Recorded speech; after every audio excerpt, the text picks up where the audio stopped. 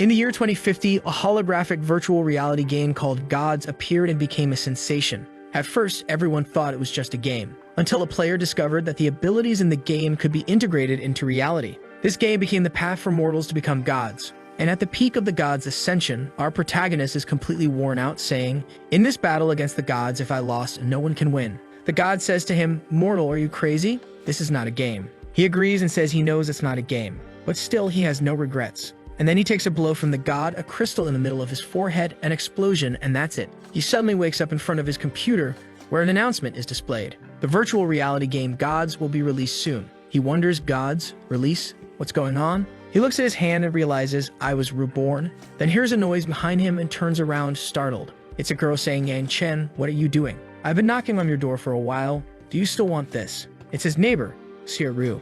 Damn, Xia Ru, I would be bad in the game if you were my neighbor. His eyes shine and he quickly agrees, saying he wants what she brought. Despite all the problems he went through in that game, he can't wait to get back. She places the box beside him and looks at the screen, where there's a cat girl. The neighbor says to him, I'm in front of you and you're just looking at this game. And the cat girl on the screen is making an announcement. While you wait for the launch of Gods, I'll do a little dance for you, so send gifts. The neighbor says, now I understand why you're ignoring me. Do you like this game? The protagonist gets a bit embarrassed and says, no, Ru, I like more charming and slightly older women. She then leans in and says, am I mature enough for you? The protagonist thinks that if she wore black pants, no one would resist. She then replies, take care of your health, now you can go back to playing, and turns his face back to the screen. The protagonist, staring at the helmet, thinks Ru Gods is not just a game. The cat girl then announces the launch of Gods will begin in a few seconds. Let's start the countdown. A screen shows biological information being verified and the character being created. Everyone who enters the game receives a random talent. In the protagonist's previous life, he had a rare talent. But the system analyzes his energies there and he gains the yin-yang talent. He then gets a bit confused, wondering about the yin-yang talent as he's never heard of this talent before. The system explains that the yin-yang inversion talent makes any ability he has caused its opposite effect. The protagonist starts analyzing, if it's the opposite effect, then if I use a damage ability, it will become a healing ability. How will I play like this? And then he has an idea. The system informs, please choose one of your professions. He then chooses the healer class. Considering that he has the power of inversion, if he inverts the healing, he will deal damage. The system asks for a name for the character and he chooses Jiang Shen, which in Chinese means the mortal who kills gods. The protagonist is transported to the starting village and is player number 1001, where several beginners are gathered, all impressed with the quality of that virtual world and wondering where the monsters are to hunt. The protagonist already knows how everything works, so he is only concerned with this yin-yang talent.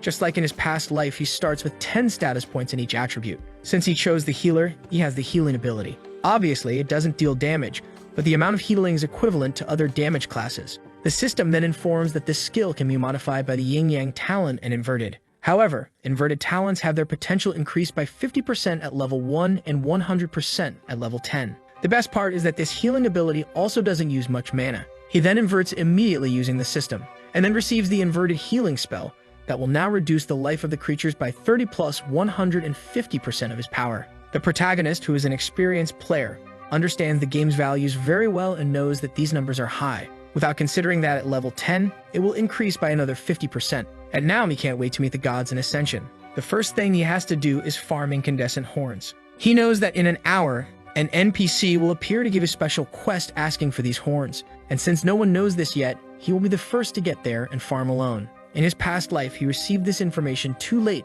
and ended up getting only a mediocre buff. But in this life, he wants to take first place. He quickly casts a healing spell on the creature running to attack him, dodges, casts another healing spell, and the creature falls dead. He has to use 4 healing spells to kill one creature, and considering the time it takes for the NPC to appear, he's sure he'll get enough. 2 hours later, the protagonist has killed 800 creatures and obtained 700 of these horns. In his view, this should be more than enough to get the maximum buff from the NPC, so it's time to turn in this quest.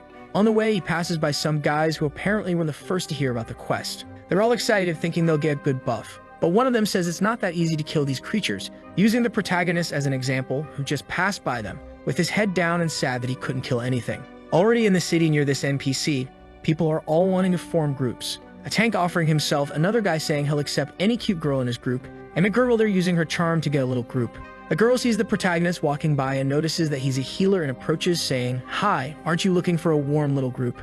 He responds curtly that he doesn't like groups and walks away. The girl feels a bit sad, thinking she found a healer, and the guy was even cute. But then another girl comes asking him, and another girl. These girls don't stop wanting to join his group. A blonde tank arrives to ask too, and I'd say she's quite dense. She says to him, "Lovely healer, aren't you looking for a team? Join me, I can tank any monster." The protagonist is a bit annoyed, wondering why all these girls want to form a group with him, and responds that he doesn't want to. Then he says the most suspicious phrase of all, stating that he's not interested because he likes men. He then goes to the NPC to collect the horn buff. The NPC was about to give the quest about the horns, but he informs them that he has already brought them all, leaving the guy puzzled since the quest has just started. However, since it's done, he has nothing to complain about and says that the gods will bestow a favor, taking the horns and the protagonist completing the mission. He says that the gods will give a great blessing in this life, and the protagonist is curious about what you will get. A goddess speaks to him, "Child from another world, the gods see that you believe deeply in love. Congratulations, you have received the blessing of the god of love."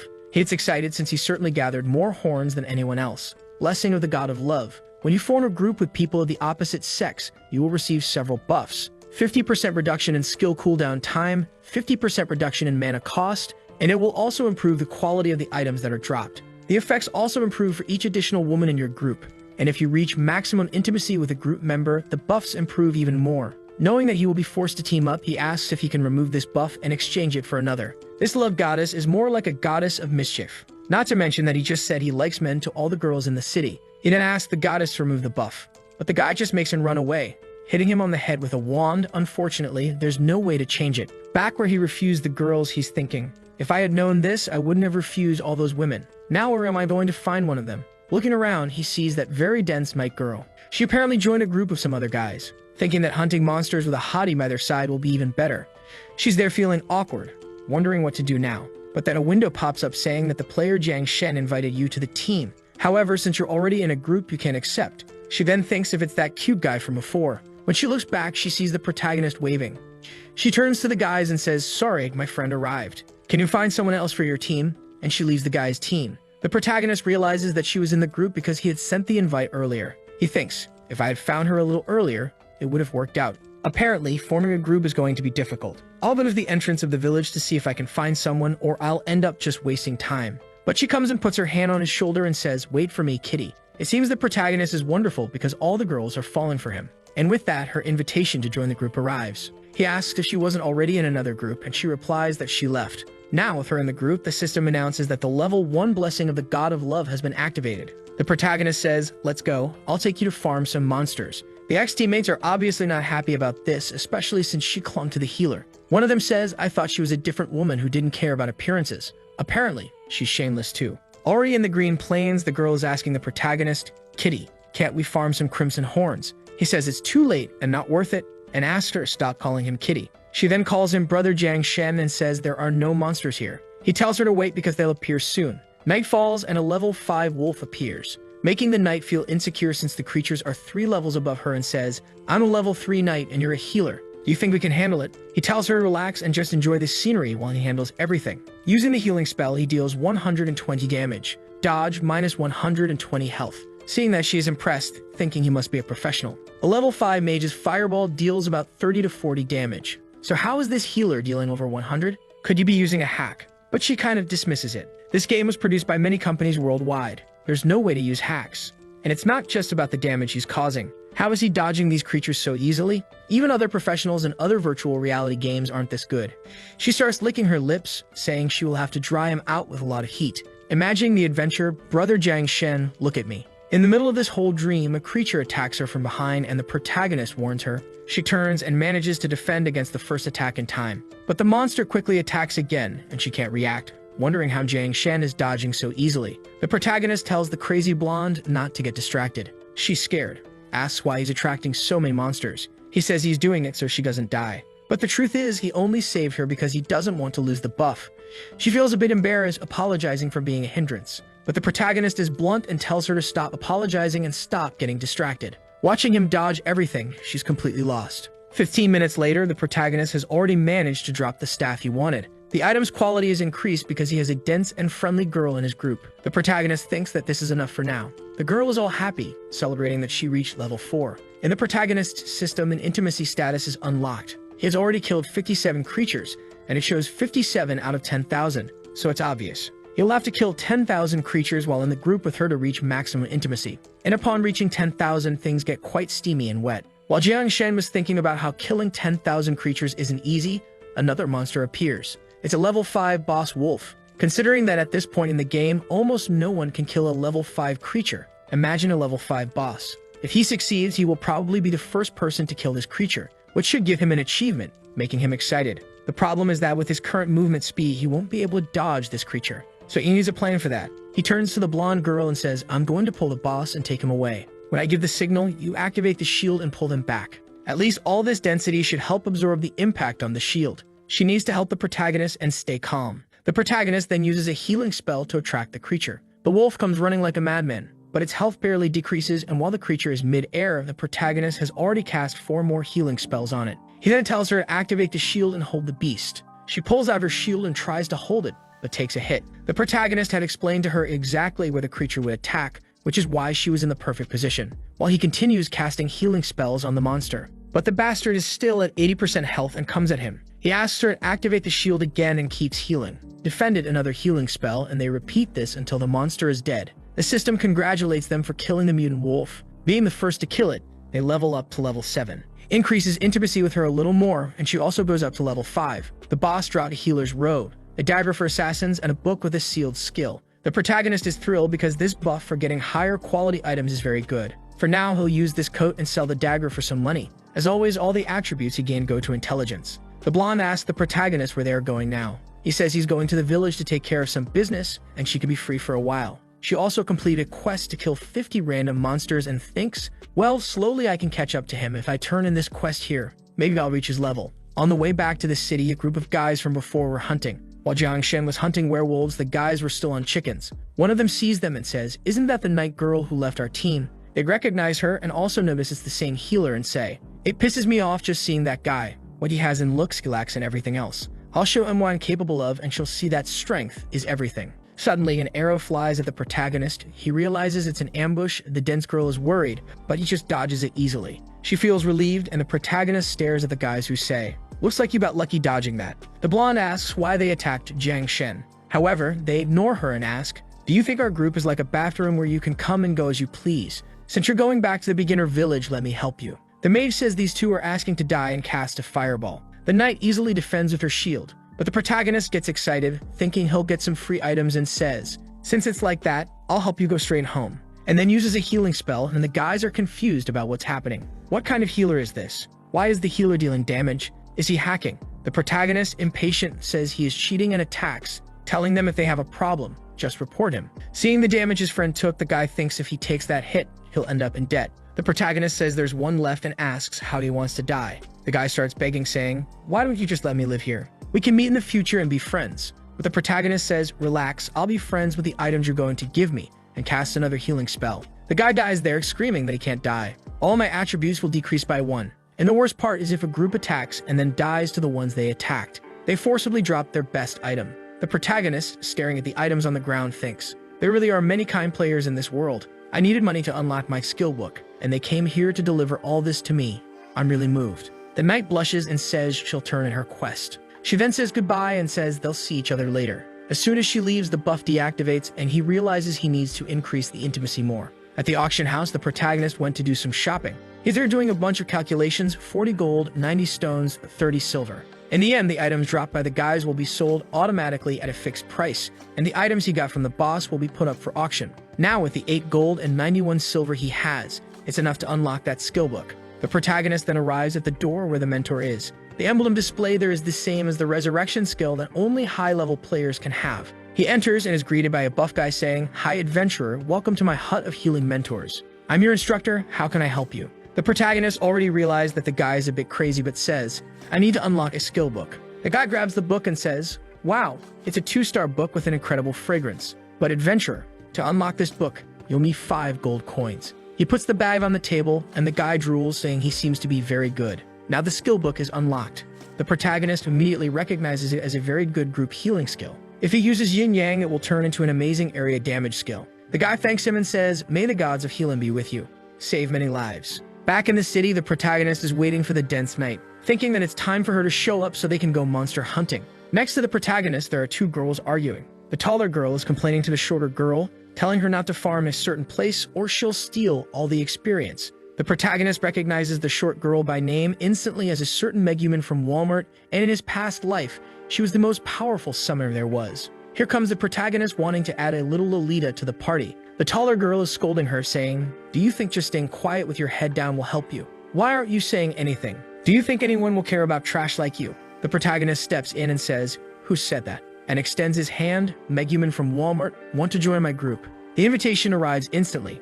Confused, she asks, "Do you really want to group up with me?" He says yes and tells her he'll take her hunting, but she responds that she can't leave the beginner village right now because she doesn't want to be a burden to others. The girl next to her says he's lucky and it's good he won't take her. But the protagonist doesn't care and extends his hand to her, saying, "It's okay, I know how to handle various problems, so come with me." The girl next to her, getting pissed off, says, "Who do you think you are? As long as I'm here, Megumin isn't going with you, so stop wasting your time." But Megumin turns to the protagonist, tells him they should go, and accepts the group invite. The other girl angrily says she won't go and orders her to stay put. The protagonist then asks her to repeat what she said and heals a rabbit passing by. It immediately takes 225 damage, and the girl is shocked. "How are you dealing so much damage?" The protagonist then leaves with Megumin to find the blonde. The knight sees that this girl joined the group and is level 2 and wonders why he did that. But she decides not to say anything because she's just their stealing experience. Already clinging to the protagonist, she asks where they are going. He says they're going to the Black Mist Gorge, a place for level 6 to 10 monsters. Upon arrival, he says, "I'm going to hunt the monsters so you two find a spot and don't cause trouble." The protagonist reaches the creatures, uses his area skill, and destroys everything. Megumin is impressed and asks Kim Yin if she is Jiang Shen's girlfriend. How is he so amazing? She replies that at the moment they are not, but she would let him heal her all night. Megumin then asks why he is helping them. Kim Yin says she doesn't know why either, and Megumin wonders if he wants to be rewarded with a hip attack. But Kim Yin says that's unlikely because if he wanted that, it would have already happened. And she reminds her that he said he is gay and doesn't like women. Could he want to make a group full of women to hide this secret from everyone? Megumin says she understands everything now and that it's a very exciting plot. Apparently, she liked being part of this plan. She then checks the ranking of the highest level players and tells the protagonist that he's entered the level rankings. Curious, he continues killing creatures but wants to take a look. He opens the rankings and sees that he's in 9th place, a level 8 priest. He immediately recognizes a name at the top, Kim Chan, a level 10 warrior. And he thinks that it's the same as before, this guy is at the top of the rankings again. But he knows that Kim Chan is so rich that he just hires a bunch of people to farm creatures for him, and he just leeches off everyone's experience. The two girls feel a bit embarrassed, thinking they're stealing his experience, keeping him from the top spot. The protagonist tells them it's not their fault and says, "Just because we're not at the top now doesn't mean we won't be later." Megumin seems curious about something and points to a low-level dream fairy that can be tamed. The protagonist smiles because it's a type of possession pet that can even provide buffs, rarer to find than a boss. The two girls get excited, saying he should tame the fairy quickly. But he tells them not to rush because someone is coming. And the girl from before who was with Megumin appears. She's a mage and carries 2 large fire circles. She says she warned Megumin to stay in the beginner village, but now that she's left, she'll have to be killed. The knight wonders who that crazy girl it is. Megumin apologizes and says she'll leave the group to avoid causing trouble. But Jiang Shen says she's actually helping a lot since these people have come to deliver many items to them. The mage is furious, but her friend warns that Jiang Shen is one of the players in the ranking. However, they ignore the warning, thinking he's just a healer and won't be able to kill them, unless someone in his group is much stronger. Impatient, Jiang Shen tells them to come on because he wants to get back to leveling up. The mage says that if he wants it so badly, she'll teach him a lesson. And she tells the 3 guys with her, "I'll pay double for you, but let's kill this guy now." The guy in front doubts that group of 3 useless players will be able to do anything. Jiang Shen tells the knight, "Do the usual, just keep blocking with a shield." With that, a fireball is thrown. That's all the protagonist wanted. Now that the guys attacked first, if he kills them, he'll get their items. He uses the group healing spell, dealing 240 damage to everyone. The fools scream, not understanding what happened. Kim Yin and Megumin can't believe everyone is already dead. At the spawn point, the mage wonders what the hell that was. But the guy tells her to stop being stupid. He warned her it was dangerous to hunt someone at the top of the rankings. The assassin standing there says it doesn't make sense. Even if the priest is at the top of the ranking, he doesn't have damage-dealing skills. He thinks it must have been something the knight did. Back in the mountains, Jiang Shen is going to capture the creature. He explains that there are 2 ways to tame a pet. Either you use capture items or you go by luck. And by luck means taking on the taming challenge. He then heals the girl. Once the challenge begins, if he takes any damage, it's over immediately. To capture this fairy, he has to find the real one among the illusions. The problem is that his HP slowly decreases, so he has to find it before it reaches 0. However, he knows the challenge well, as each illusion follows a pattern of movement. Only the real one can move freely. He positions himself where he can observe all of them and notices that one is moving randomly. He moves to a spot where he can see them all and spots the real one. He uses a spell and voila, he successfully captures the dream fairy pet. When he wakes up, the girls ask what happened. He explains that he was trapped in an illusion doing the challenge. They ask if he succeeded and he says yes, then tries to activate the fairy. The ability he gets is a short-range teleport with a 5-minute cooldown. As soon as the pet integrates, a light appears on his forehead. The two girls are enchanted, thinking he's some kind of god. Seeing the integrated ability, he realizes the cooldown is halved thanks to the blessing of the god of love. This is a great start for him, as it will help him farm creatures much faster. He looks at the two girls and asks why they are staring at him. He says there's no experience on his face, so why do they keep staring? After a while, they return to farming, while he wonders why the two of them act so silly. However, they remain enamored. A while later, they drop a bow that can be sold for 50 gold, and suddenly, the level 9 boss appears. Megumin seems to understand the game very well, as she knows exactly what the creature does. She describes each of its abilities, leaving the protagonist impressed. He asks if she's faced it before, and she responds that of course she hasn't. She says she learned all this by reading the official guides. However, she warns him that to kill that creature he needs a warrior, but he isn't one. The Dense Knight says she can try to block with her shield. However, Megumin warns that the monster has some crowd control abilities. Seeing how smart she is, the protagonist now understands why she was the strongest summoner in his past life. However, he assures them he can handle it. The knight asks if he wants her to use the shield, but he says no, just stay in a safe place and don't attract any monsters. He says he'll deal with it alone, and Megumin is impressed, asking if he's sure he doesn't want any help. He says he's fine and climbs to a higher part of the region. With that, he starts casting healing spells on the monster. The boss activates a red ability, throwing dark chains, but he easily dodges them. Megumin is impressed that he can even dodge abilities. From up high, the protagonist continues attacking with healing spells. The boss pulls out a scythe and swings it toward him. Megumin warns him to be careful. The protagonist activates the fairy he captured and teleports out of the attack.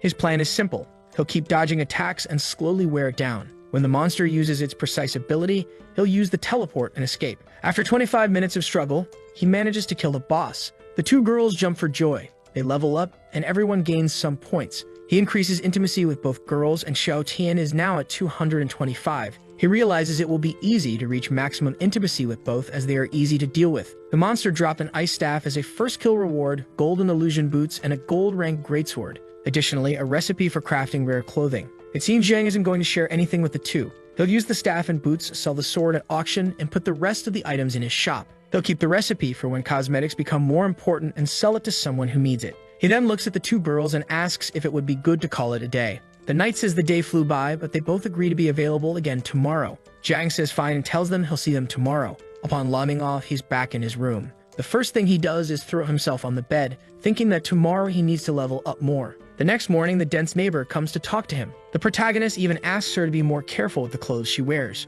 Ironically, this gamer who never leaves his room has the physique of a bodybuilder. She then places her hand on his chest and says she brought some food, mentioning that she went for a run and thought of him. She asks how he's going to pay for that meal, insinuating something. However, he says he's respectable and will pay with money, not physical favors. The girl says he's quite the jokester and asks him which beginner village he started in yesterday in Gods. He says he started in 10,001. She sits in the chair looking sad, saying she also thought about playing but wanted the help of a pro player like him to guide her. She heard that you can make good money from it. The protagonist says that for now, 1 gold coin in the game is worth 75 Chinese coins, but soon it will be worth around 100. He asks if she isn't a fashion design graduate, already planning to give her the clothing recipe he got from the boss since for now, it's not worth selling. He tells her it would be great if she did the same thing in the game. Once she reaches level 10 and starts crafting a bunch of items, she can sell them to the maniacs who want to customize their characters and make some good money. She says it's a great idea that she's still at level 3. The protagonist reassures her, saying he'll send her a guide on how to reach level 10. But for now, he needs to get back to the game and tells her to do the same. He jokes that if she doesn't level up, he won't talk to her anymore. Now he realizes that he is one of the few players close to reaching level 10 since most are still at levels 2 or 3. He then puts on the helmet, confident that today he will reach level 10. Back in the game, Megumin messages him in the chat to let her know when he logs in. He replies, "See you at the village entrance in 5 minutes." The protagonist is happy that she logged in so early too. But before that, he needs to go to the auction house to see what's sold. He arrives and receives 1,125 gold coins. Considering the values he mentioned, the sly protagonist made a little over $10,000 overnight by selling the boss items. He then registers the greatsword as well, wondering how much this gold item will sell for. His friends are already waiting to go farming, so he heads over to them. The dense knight just woke up and is very sleepy. She played until 3 a.m. trying to catch up to Jiang Shen, but she's exhausted, saying she'll look ugly if she doesn't get her beauty sleep soon. Megumin then says there was an update to the game's encyclopedia, revealing a bunch of monsters she didn't know about. She mentions that all the players who reached level 10 are stuck in the ancient Shadow Realm. The knight is curious and asks what this realm is. Megumin explains that it's the first dungeon, and that for players to leave the beginner village and move to the main city, they need to complete this dungeon. The protagonist knows that in his past life, today will be the first time it's completed at midnight. However, he doesn't plan to let that happen, and that's why he woke up so early. So he turns to the two girls and tells them they'll be hunting even more. To succeed, he needs both of them to attract a bunch of monsters. They happily agree. At the hunting ground, he explains they are to run around attracting all monsters and bring them to him. The knight will help draw attention and block. Then he, with his area healing spell, will kill them all. The scene shifts to the two girls running, all battered and desperate. Unsure if he can handle it, they ask if he really can manage all that. He's delighted, thinking it's no wonder she was one of the best in his past life. With that, he casts an ability in the midst of all the creatures and reaches level 10. Now that he's reached this milestone, the damage of the Yin Yang ability increases by 50%, and when he reaches level 20, it will increase by 200%. The addicted protagonist's eyes are shining. He turns to the two and asks how much they need to reach level 10. Megumin explains she just reached level 9, so it will take at least another 3 hours for her. Jiang says if that's the case, they have no time to lose and need to get back to killing. 3 hours later, they arrive at the dungeon entrance. People around are commenting that no one at the top can defeat it. Even one of the best guilds entered and got wrecked. The knight is impressed by the crowd in front of the dungeon. However, Jiang mentions that few of them are actually level 10. Even the good players are still at level 6. The two girls look at each other and think the same thing. They can't leave his side for a moment. The protagonist asks why they're looking at each other and tells them to enter the dungeon. Outside, people are commenting that's the team of the healer on the ranking. They find it impressive that the three of them managed to enter the Shadow Realm.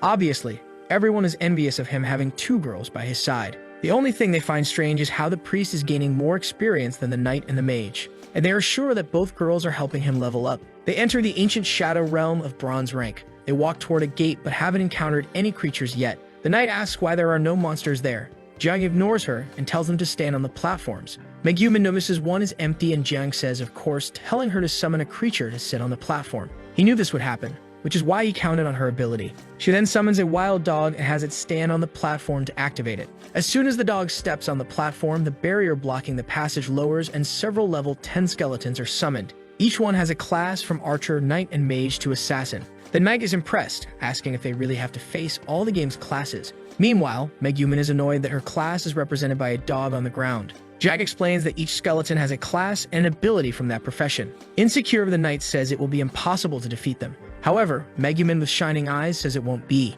It means the pro player will finish them in seconds. He raises his staff, hitting 460 on all the monsters. And Megumin says she read on a forum that the creatures there have 50% more damage. Only Jiang can defeat them. Our protagonist is confident, thinking it's time to speed things up. The best part is that his abilities cause true damage since they are healing spells. This means he ignores any kind of defense. Suddenly, many messages from players start arriving, saying they will pay a good price for the Blood-Tide sword. There's a competition for the auction in the game's global chat. Guilds are arguing, each offering more than the other. If he sells it, the Dominator Guild will be his friend for life. Jiang realizes that the sword is in higher demand than he expected. They wonder why everyone wants it so much if it's a beginner item. Then he realizes everyone wants it to complete this dungeon he's doing now. So he comes up with a plan to stand still for at least an hour. Once the auction is over and someone has bought the sword, he will finish the dungeon. He continues hunting, dropping various items. With the quality bonus that makes items always better, he knows he'll make a lot of money, as many people seem interested in the items. Even Megumin notices that he must be making good money.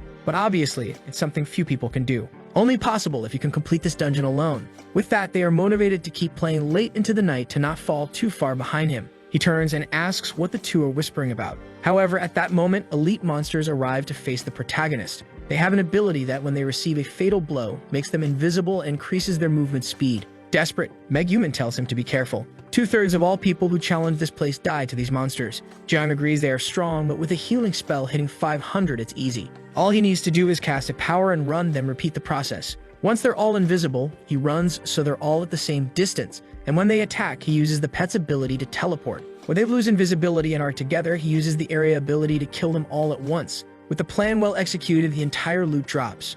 This time, he receives a white jade bone shield with several insane stats. The girls continue watching with hearts in their eyes. However, suddenly, something starts shaking and a hand emerges from the ground. This is the boss of the place known as the Ancient Shadow of the Undead of Bronze rank, which has an ability called Mana Burn. It's a laser that targets the farthest person, reducing their mana by 10% every 10 seconds. Not to mention it has a Chaotic Soul ability. Every time the boss loses 10% of its health, it launches an attack on the target that dealt the most damage. The boss says he's the Empire's mage and asks how those ants dare attack him, warning that the punishment for this is the death penalty. Today, Jang realizes he's in a complicated situation. One ability targets those far away. However, the other targets the one who deals the most damage. He knows the situation isn't good, but that item in the boss's hand is very rare and only drops on the boss's first kill, so he needs to get it. He turns to the two girls and tells them the boss is straightforward. He will initiate the attacks and draw the monster at him while they keep attacking. They are skeptical that it would be so simple, especially since the entire server is having difficulties.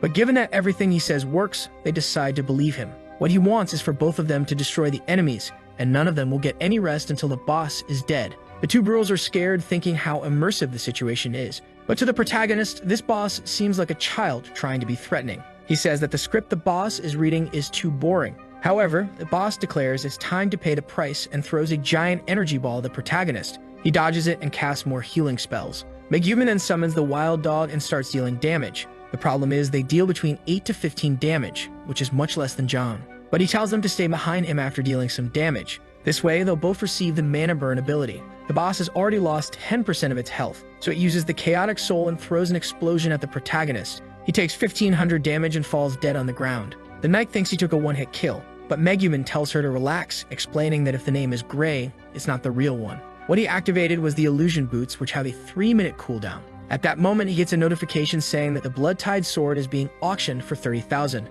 The protagonist gets excited, thinking now he can play calmly. The auction will end in 20 minutes and he's curious to see how much the other guilds will bid. The scene shifts to the auction with 2 minutes and 32 seconds left. A knight from the Conqueror's Guild is angry. That's because their Team 8 also died to the boss. He realizes the only option to beat the dungeon is by buying the Blood-Tied Sword. A very dense girl says the player who auctioned it didn't contact any guild. The problem is the price is already at 40,000. The leader realizes that whoever it is, they are determined to make the guilds fight for it. Seeing no other option, he continues to increase the bid. The problem is that 40,000 is already several million in real money. In the residence of the guild called Heavenly Court, a guy named Yama is also asking about the auction. Someone tells him it was at 40,000, but now it's reached 55,000. He knows it's a good sword, but it's only level 10. If they keep increasing the bid, they'll end up losing money in the end. However, he is confident that with that sword, they could easily conquer the Shadow Realm. So he says to keep bidding. He doesn't care about the price, he just wants to get it. The bid goes to 56,000, 57,000, 60,000.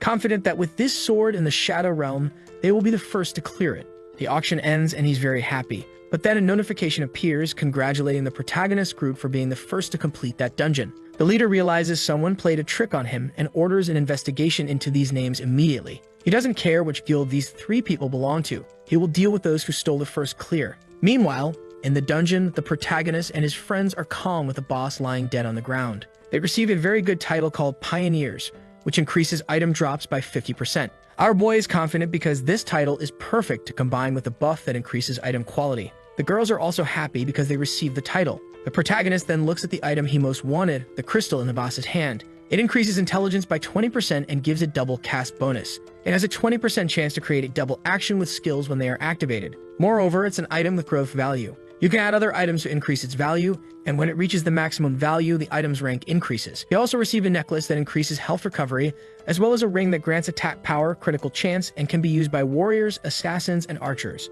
Once again, he also receives a 3-star sealed skill book. Our boy is happy with the 3 items he received. One will increase his power, and the other will increase his life. Not to mention the crystal orb is perfect since it has a growth effect. With the double skill activation, he could even kill high-level monsters instantly. Additionally, this boss usually drops a book, but thanks to the blessing from the Goddess of Love, he receives something of better quality. He knows that without the help of the buff and the goddess and the 2 girls, he couldn't have won alone. So he turns to the 2 and tells them he prepared 2 pieces of equipment for each of them. They are bronze rank, but for now, they should be sufficient. They are all happy, thanking him, especially since they did nothing and are still getting good items. They hug each other, but they should be hugging our boy. The protagonist says it's okay. After all, he knows the auction has a limit on the items you can register, so he needs to give some to them and sell the rest. And anything worthless, he will use to raise the level of the crystal orb. With that, he says they're done here, and it's time to return to the main city. Seeing the protagonist group leave, everyone starts saying they need to be revered. It's amazing they won with just 3 people.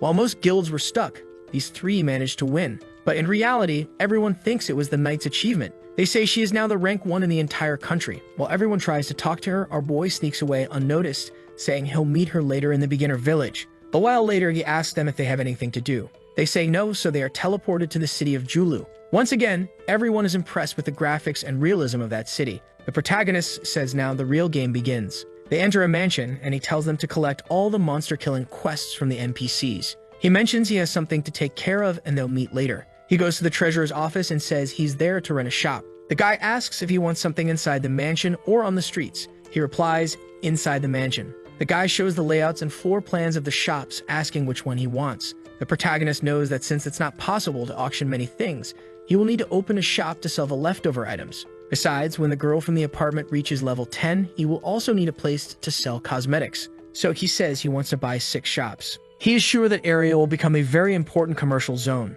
With the money he earned from the sword, he can sustain it for a long time. The guy says that renting all those shops right now will cost 10,000 gold for a year. Our boy doesn't hesitate, and with that, the deal is done. He then goes to find a priest profession mentor to unlock the 3-star skill book. Knocking on the door, a sweet voice tells him to enter. Her name is Evelyn, and she is a very dense instructor who asks how she can help him. Embarrassed, the boy says she is indeed a very powerful healer. She says any dead man would be revived by her. Awkwardly, he says he's there to unlock a skill. Seeing it's a 3-star book, she says he's quite impressive. However, she warns that as amazing as it is, it will cost 50 gold to unlock. For our boy, that's a pittance. So he unlocks it and gains a sacred light field. It summons a 20-meter hexagram where everyone is healed by 100% of his power for 10 seconds. As always, he uses the skill with the yin-yang passive. Now, everyone within the hexagram will lose 200% of his attack power and health per second. Our boy is confident that within this domain he is invincible. With that resolved, it's time to find the 2 girls to start doing missions. Suddenly, he receives a message from the knight asking about an infinite challenge,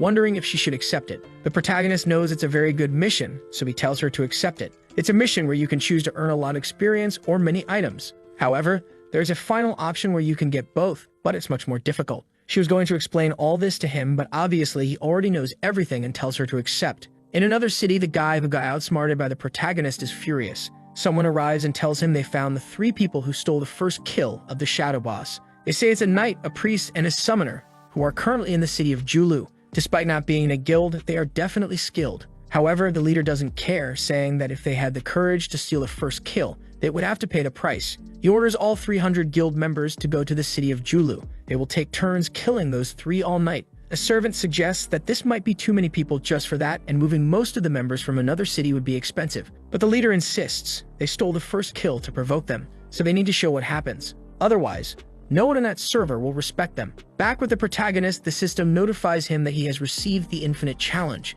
He needs to challenge the Abyss Rift level 10 of rank A, which is in the Nightmare Forest on the west side of Julu. They must enter and kill all the creatures. However, the infinite challenge cannot be abandoned midway, and if he fails, he will lose all rewards. The worst part is that a rare item will drop. Despite all this, he seems happy and confident. The girls ask if he knows what the reward for that place is. He says the first person to clear that place gets double experience and items, so they should prepare quickly because the challenge is about to start. The scene then shifts to them entering the challenge, and a level 10 demon soldier appears. This time, he will need the knight to withstand some of the attacks. Now well equipped, she is managing to do some of the work. Our boy reminds her not to worry about dealing damage and just keep dodging. Megumin apologizes for being so useless. At the moment, she can neither deal damage nor draw attention. But our protagonist says it's okay since summoners are like that in the beginning. However, when they reach level 20, they become much stronger. But early in the game, it's best for her to just stand still and not cause much trouble. Megumin knows this is true, so she smiles and accepts it. For her, just gaining experience is perfect.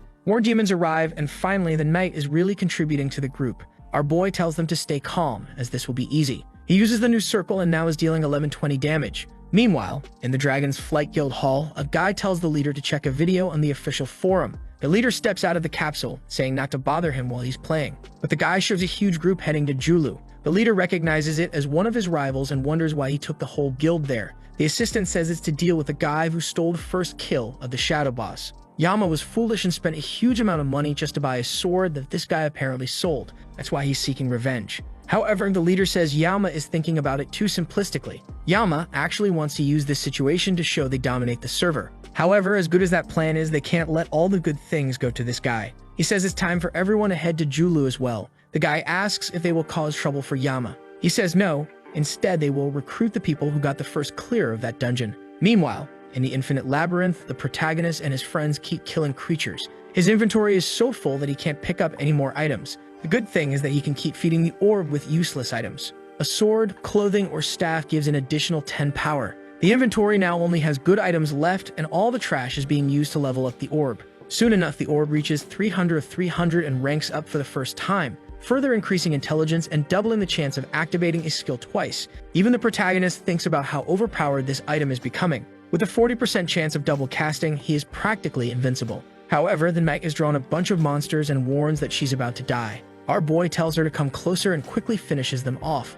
The monsters disappear, dropping more items. Even he wonders when it will end. 3 minutes later, he reaches level 12, spends some points, and now everyone is loaded with items to carry. Megune is happy since she gained a lot of experience too. The system announces that they have finished the rift. They are happy to leave, but he tells them to wait. Confused, they are told it's not over. Suddenly, a crystal spins in the air, and an elite rank 10 winged demon appears. Our boy knows this is the last monster and has a 100% drop rate, so he's sure to get gold rank item. He starts healing the monster, which angrily charges at him. However, he has teleportation, so he easily dodges. 30 seconds later, it's over. The girls are shocked that he defeated it alone in less than a minute.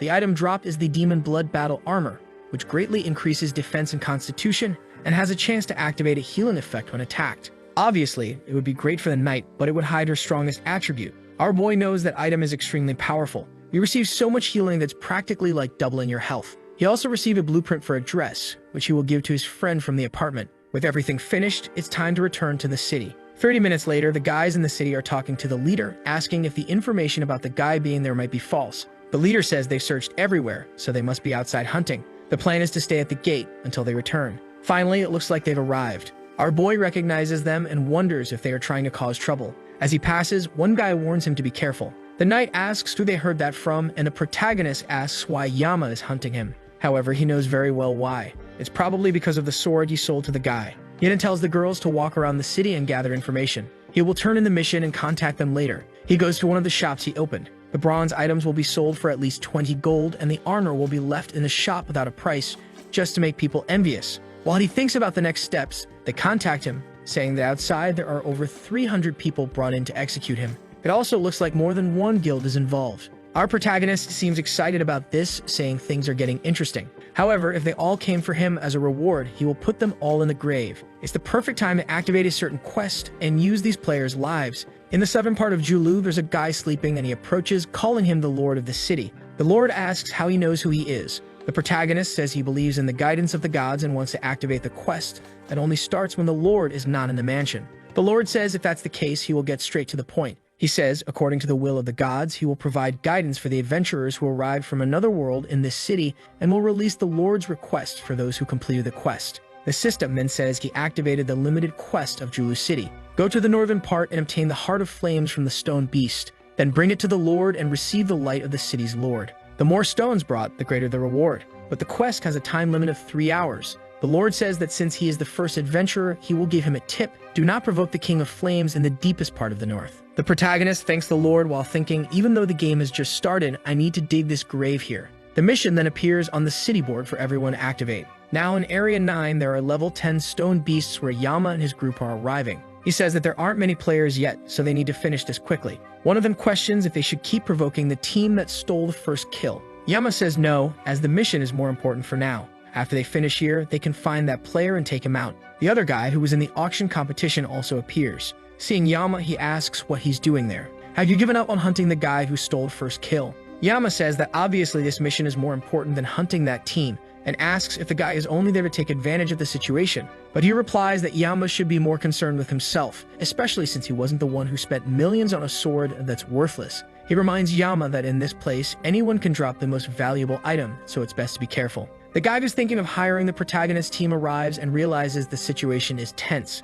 All the strongest guilds seem to be on the brink of a fight, but it's obvious that a limited quest would create such tension. However, the most important thing right now is to kill as many creatures as possible and get the best rewards. Meanwhile, the protagonist team is deep in the forest. Megumin asks why they are ignoring the other players and heading straight for the center of the forest. She questions if they are not going to do the quest. He explains that the given mission is just an introduction. The real objective is to kill the level 15 boss. The Stone Flame King has just appeared in front of them. Like the wizard, it has special abilities. Every time it loses 10% of its health, it punches the ground, making stones fly everywhere. Each time it kills a target, it recovers a significant portion of health and becomes even stronger. At that moment, the boss introduces itself as the King of Stones and Flames, saying insolent humans should not have awakened it from its slumber. The knight is scared, and Megumin says maybe they won't succeed this time. But our protagonist, Calm, says he'll draw the monster away and run as far as possible. From where the monster came, there's a flame crystal in the center. When he sends a message, she should destroy it. He then casts a healing spell on the creature and declares himself the opponent.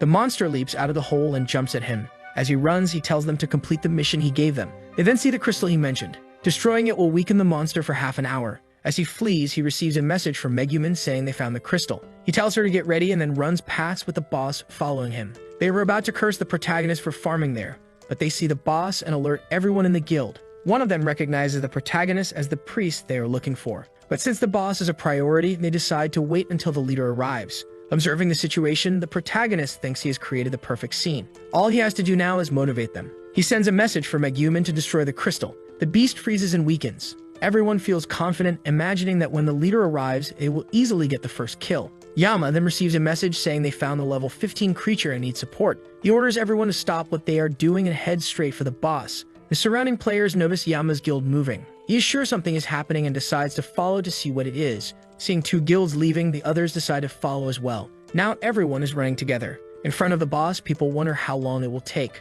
Unfortunately, they know they won't be able to hold it for long. A chubby guy says he doesn't know, but many people are coming. The biggest problem is that the boss's health is dropping. Looking back, they say reinforcements are coming, but there are more people than expected. Yama arrives and tells the allied guilds to help kill all the other solo players. Everyone realizes that all the main guilds have sent people to watch. Anyone who tries anything will surely be killed. Yama says he has organized with the other guilds. Just be ready with the skill to deliver the final blow. However, more people from another guild arrive. Everyone recognizes them as the leaders of the region. They suggest sharing the rewards and attacking together. The solo players agree, wanting to participate too. They say Yama's guild can't monopolize it. Yama realizes the guy is trying to cause trouble. His white-haired friend asks what they will do. With no choice, he raises his sword and says they will have to leave a like on this video to help Mamoru make more juicy content for viewers. Part 2 is on the way to activate the cheeky little bell, and I'm out.